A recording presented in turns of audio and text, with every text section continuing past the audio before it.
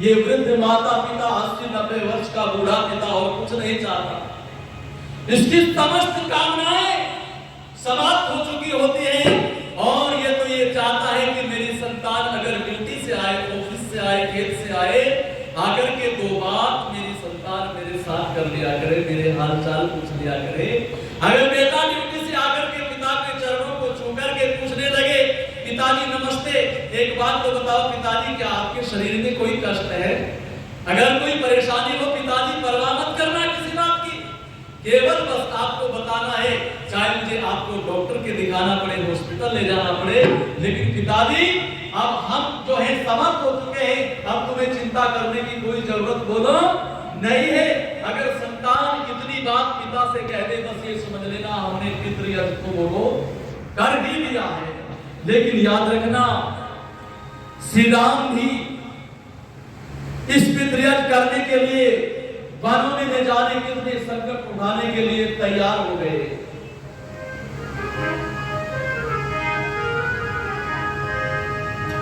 माता कैकेयी ने अपने 2 वरदान मांगने के लिए कहा, किससे?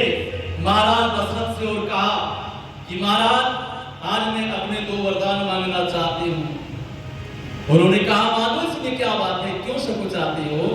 बोले वरदान को भवन में जाकर के लेटी हुई है। बोले इसको भवन में आकर के लेटने का कोई औचित्य तो नहीं था, इसे तो आप वैसे नहीं बता देती, आप इतनी गंभीर क्यों हैं? उन्होंने कहा मैं इसलिए सोचती हूँ कभी महाराज मेरी बात को जो है टाल ना दें। अच्छा बताओ क्या है तुम्हारे 2 वरदान, आप उन 2 वरदानों को मांग लो। उसने कहा पहले वरदान में मैं भरत को अयोध्या का राजा बनाना चाहती हूँ और दूसरे वरदान में श्री राम को मैं 14 वर्षों के लिए वनों में भेजना चाहती हूं। बोलो प्यारे सुनो, जब ये बात महाराज दशरथ ने सुनी तो हिल गए महाराज दशरथ और कैकेयी के आगे हाथ जोड़ करके कहने लगे, महारानी आप अपने बेटे भरत को तो अगर राजा बनाना चाहती हैं अयोध्या का तो बेशक बना लीजिए, लेकिन आप एक काम करना, मेरे प्राण हैं श्री राम ने वन में भिजवाने की बात मत करना। उन्हें कहा फिर आप अपने कह दो कि मैं अपने वचन हारता हूं, जो आपने मुझे वचन दिए मैं पूरा नहीं कर सकता। इस बात को सुनकर के महाराज दशरथ चुप हो गए। मंत्री को बुलवाया गया, मंत्री सुमंत्र आए। सुमंत्र ने किसे?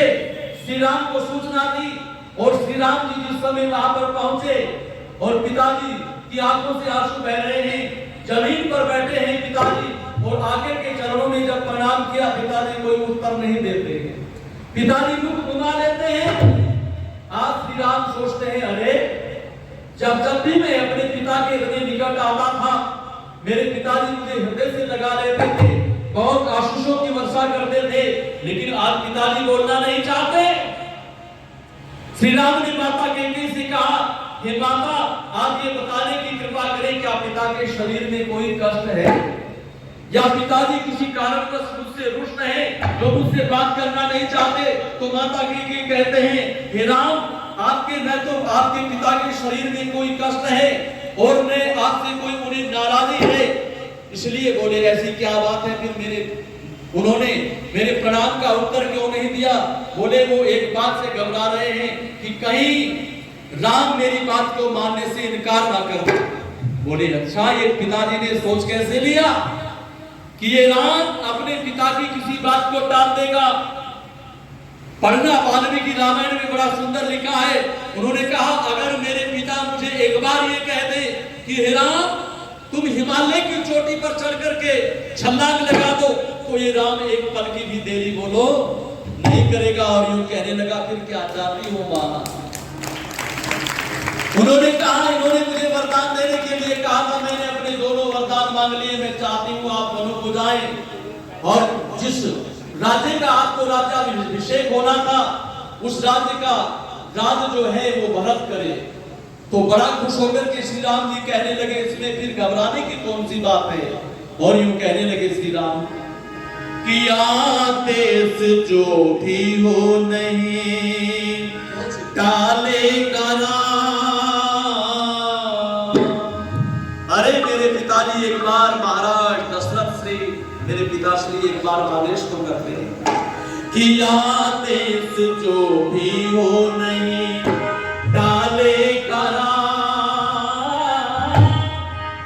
फकीरों का वेश अपना, फकीरों का वेश अपना बना ले करा,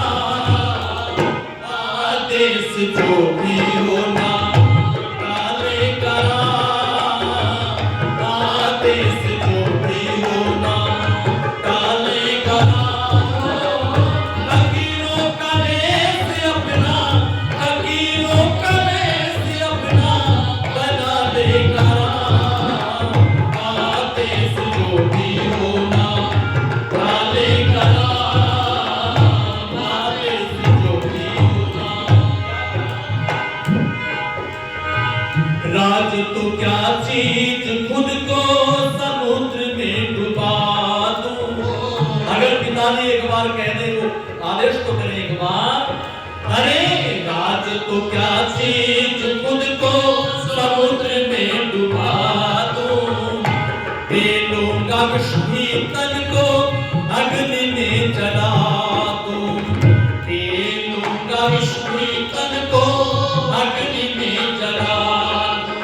अरे सोचा कैसे आज्ञा को पिता की टला दूं, सोचा कैसे आज्ञा को पिता की टला दूं।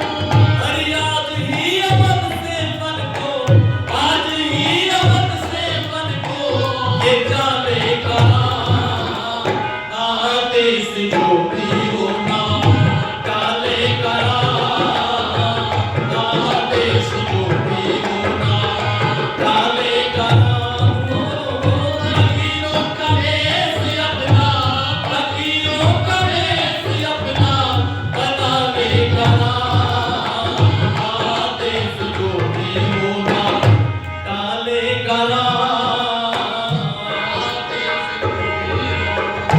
भैया भरत तो मुझको प्राणों से भी प्यारा, भैया भरत तो मुझको प्राणों से भी प्यारा, होके खुशी से वैभव राज का मुसारा, होके खुशी से वैभव राज का मुसारा।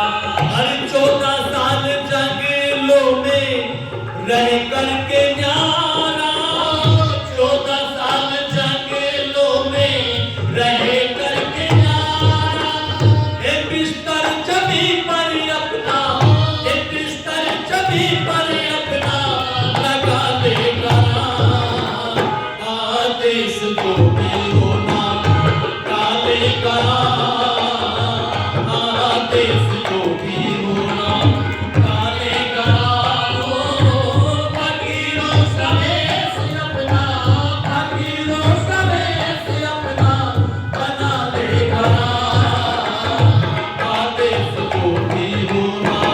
और एक बात और कही क्या,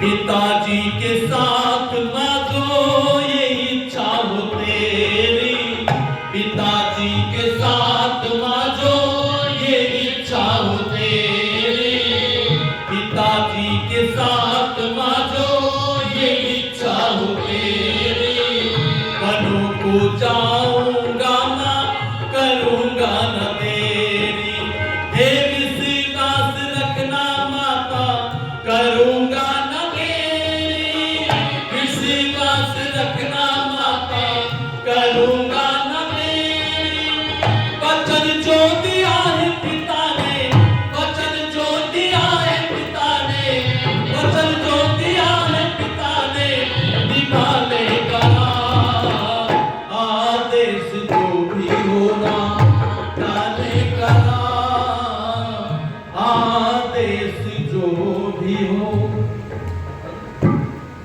अच्छा, तो मैं निवेदन कर रहा था आपके सामने, श्री राम सहर्ष पर्व को जाने के लिए तैयार हो गए, और एक बात और कही, हे माता आप बिल्कुल चिंता नहीं करें, पिताजी से कहे कि निश्चिंत रहे, उनके वचनों का पालन किया जाएगा कि जाकर के जंगलों में मन प्रसन्न होगा, जाकर के जंगलों में मेरा मन प्रसन्न होगा। जंगल प्रवास में जब खाने को न अन्न होगा, जंगल प्रवास में जब खाने को न अन्न होगा, जाकर के जंगलों में मेरा मन प्रसन्न होगा। दर्शनों से ऋषि मुनियों के जीवन ये धन्य होगा। हे जंगल प्रवास में जब खाने को न अन्न होगा, जंगल प्रवास में जब खाने को न अन्न होगा। ब्रजपाल कंद मूल फल, ब्रजपाल कंद मूल फल खा लेगा। आदेश जो भी होना काले करा, आदेश जो भी होना काले करा। फकीरों का देश अपना, फकीरों का देश अपना बना लेगा। आदेश जो भी होना।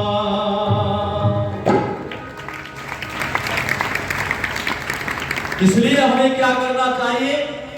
आप प्यारे बच्चों और मेरी बेटियों बहनों, जो माता पिता को जिसके लिए सर्व से झुकना पड़े, ऐसा कार्य जीवन में भूल करके भी मत करना। ऐसे कार्य सदैव करते रहना जिससे माता पिता की पगड़ी ऊंची होती हो। क्या नाम भाई साहब? भाई साहब ने 200 रुपए पुरस्कार दिया है, उनका बहुत बहुत धन्यवाद। जी भाई साहब, आदरणीय श्री सीताराम जी जो आर्यनगर से हमारे बीच आए हैं, 100 रुपए देकर के वो भी सम्मान कर रहे हैं।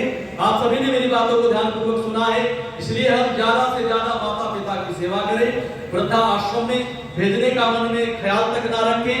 माता पिता की बड़ी हम सेवा शुश्रूषा करेंगे तो हमारा जीवन आनंदित होगा। इन्हीं भावनाओं के साथ अपनी वाणी को विराम। इति ओम शम। 100 रुपये हमारी बहन शशि आर्य जी की दे रही है, धन्यवाद। और 100 रुपये कमलेश जी जो धर्मपत्नी है सीताराम आर्य जी की, उनकी ओर से भी 100 रुपये आए हैं। बहुत बहुत धन्यवाद। 100 रुपये दिए हैं, धन्यवाद। 500 रुपये सभी को 100 रुपये दे रहे हैं हमारे कृष्ण कुमार जी तोमर जो हमारे समाज से जुड़े हुए हैं। 100 रुपये